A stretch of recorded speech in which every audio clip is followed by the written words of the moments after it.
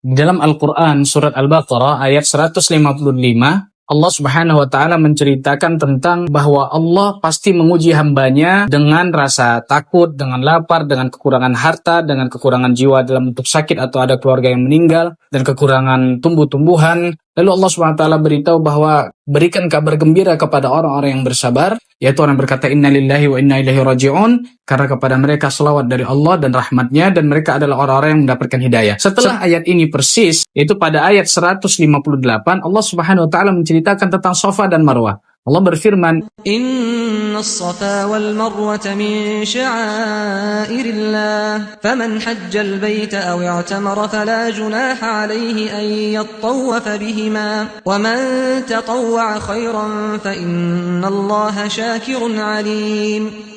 Setelah Allah menceritakan tentang bahwa Allah menguji hambanya dengan rasa takut, dengan lapar, dengan kurangnya harta dan jiwa, lalu Allah Subhanahu wa Ta'ala ceritakan tentang Safa dan Marwah. Apa maknanya? Maknanya adalah Safa dan Marwah adalah salah satu tempat ujian dalam ibadah umrah agar kita lebih sabar. Karena ketika kita sa'i, tenaga kita biasanya sudah mulai terkuras karena sudah habis ketika tawaf. Dan sa'i biasanya lebih lelah ketika menaiki Safa dan Marwah. Maka di sini membutuhkan kesabaran yang lebih. Betapa banyak di antara kita ketika sa'i, kita sudah habis dengan doa kita.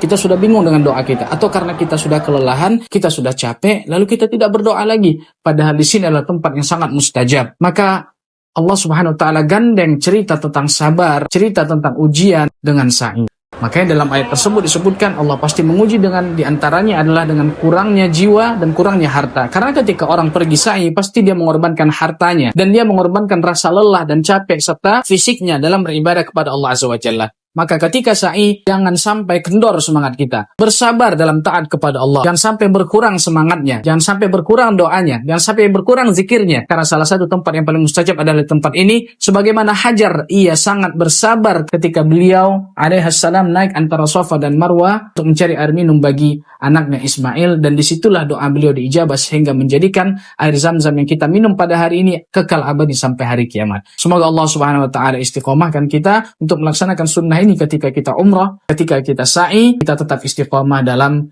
melaksanakan doa dan zikir meskipun lelah.